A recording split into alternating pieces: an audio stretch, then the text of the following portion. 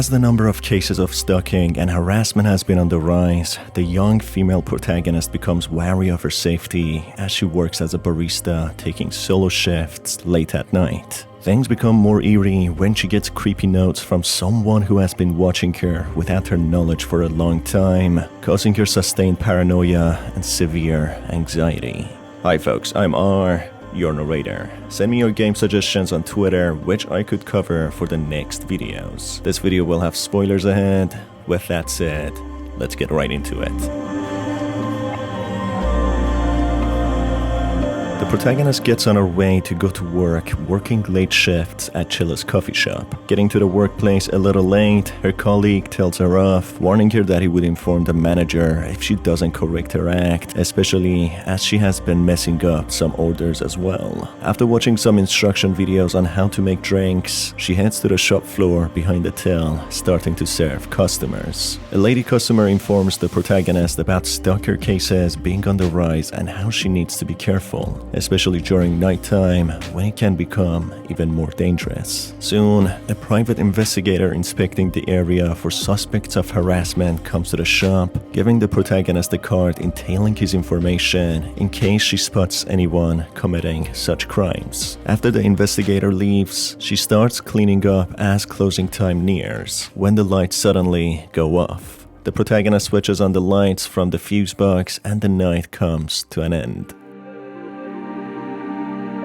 Next day begins and the protagonist heads to work yet again late at night. Once more, the protagonist is late at work, which angers her colleague, who leaves as soon as she arrives. An older man then comes to the shop, acting a little suspicious and spooking the protagonist a little, saying that there's a man staring at her while there's no one there, which he dismisses as a possible paranormal hunting. Her next customer is a shady man having a hoodie on, who orders 3 drinks with 2 being pure milk. The man doesn't speak a word and leaves as soon as another customer comes in. The customer is a handsome man, being very vain and too sure of himself, pressuring the protagonist into giving him her number. As she refuses, he becomes offended and agitated, calling the protagonist ill-mannered and leaving the shop quickly without ordering anything, showing what an insecure person he truly is. Yet again, as the closing time nears, the protagonist starts cleaning up when she notices a photograph of the shop and herself in it, taken from the outside, as if someone tries to send her a creepy message that she's being watched by them. The protagonist brushes this off and leaves, repeating the night yet again the day after. As she leaves her apartment complex and gets in her car, someone observes her from the distance while hiding, seemingly stalking the protagonist.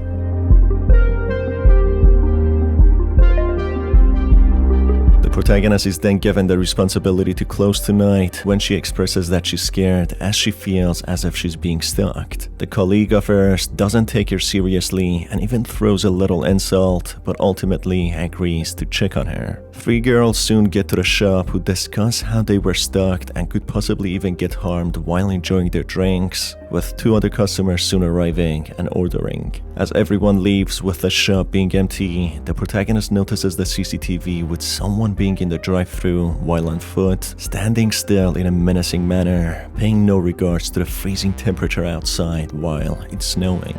As she goes to confront him, she notices that the drive-thru is empty, making her think about the older man who talked about ghosts and a new customer this day that also talked about paranormal activities. As she starts feeling unnerved and uncomfortable, she notices a note stuck to the menu board outside.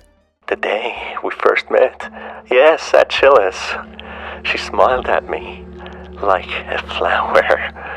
Just thinking about her makes my heart pound. I never felt this way before. I wonder if she's putting a smile on everyone's face like she does mine.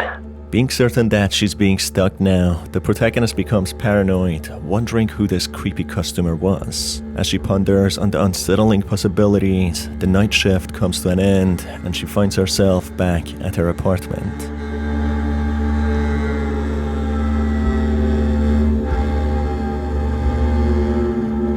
next day, being in her apartment, somebody rings the doorbell, leaving a creepy note. The note, written in a poetic manner, entails the information on how the stalker is in love with the protagonist without her knowledge, who even keeps the date when they first met, being a year now or more, calling the day their anniversary. She carefully leaves the apartment, noticing that no one's there, feeling uneasy under her own skin.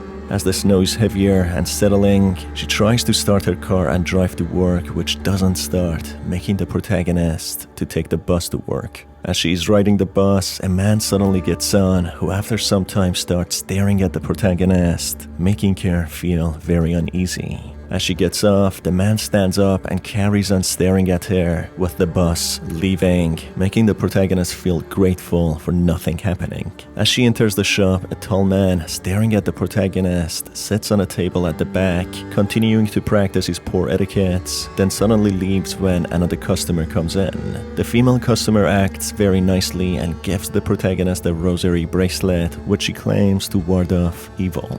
Soon a topless man appears who starts to dance in a bizarre manner, claiming that it's hot outside while it's snowy. He seems to be under influence of some sort, eventually leaving the shop with the protagonist acting professionally. After cleaning up the shop before closure, the lights suddenly go off with a distinct and creepy red light turning on, with the shop windows giving the protagonist a countdown. Soon, several characters being unrecognizable, looking pitch black appear, giving the protagonist some orders, putting her under immense pressure. The timer soon runs out, with the protagonist failing to serve them all, when she gets attacked by one of them, which makes her jump from bed, realizing it was all just a bad nightmare. As she's back to her dangerous work, someone observes her from outside, seemingly the stalker that sends her the creepy notes.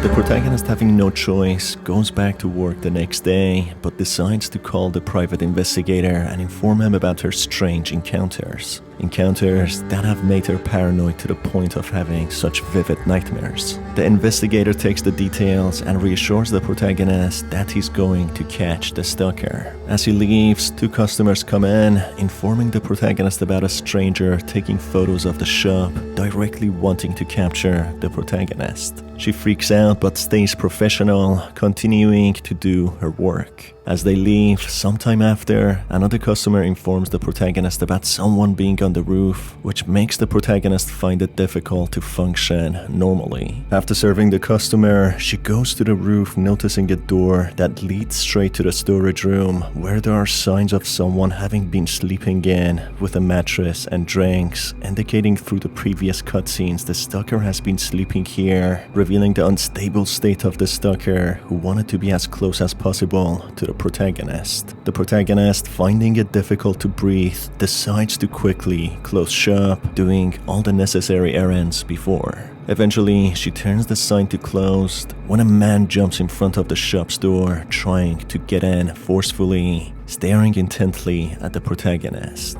The same man who stared at her while on the bus a few days ago. The protagonist thinks quickly and decides to go to the roof to maybe find a way to escape. When she's there, she witnesses the motionless corpse of the private investigator, covered in a pool of blood, which makes her realize that her life is at stake here. Left with no choice, she picks a heavy cinder block and drops it on the man's head, which causes him to collapse, with his terrifying gaze coming to an abrupt end. Believing she had killed him with a pool of blood surrounding the man's body, she goes straight to the police, who go back to the shop with her to investigate. They don't see any sign of this man ever being there, even the body of the private investigator having had disappeared. The police just tells the protagonist to fill a report and leave the rest to them to investigate. Knowing full well the police would be useless, she goes back home just to rest and try to forget this incident, even trying to force herself that what she witnessed was nothing but a figment of her imagination. Sitting on her couch, trying to watch TV, the image becomes corrupted with statics, making the protagonist believe something's wrong with the cable again. As she tries to call the owner so he could fix the cable, she doesn't find it anywhere, with the familiar ringtone of her phone being heard from outside. Although odd and clearly a trap, the protagonist goes out to look for her phone, finding it near a van in the parking lot. the spot where she felt that someone was watching her from before. As she goes back to her apartment to call the owner, the stalker slowly creeps out of the closet and attacks the protagonist, with their doomed fate being up to the imagination of the players.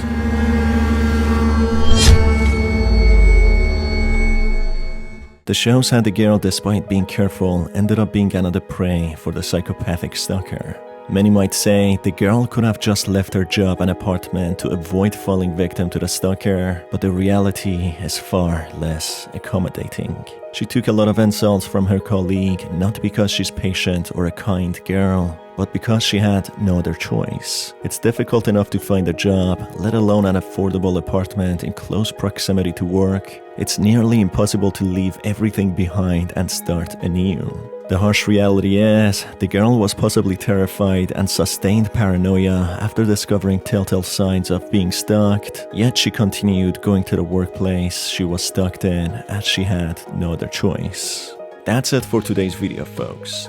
Just be careful out there, because unfortunately, these things do happen in real life. As always, it's been your host Star, and I will see you on the next video.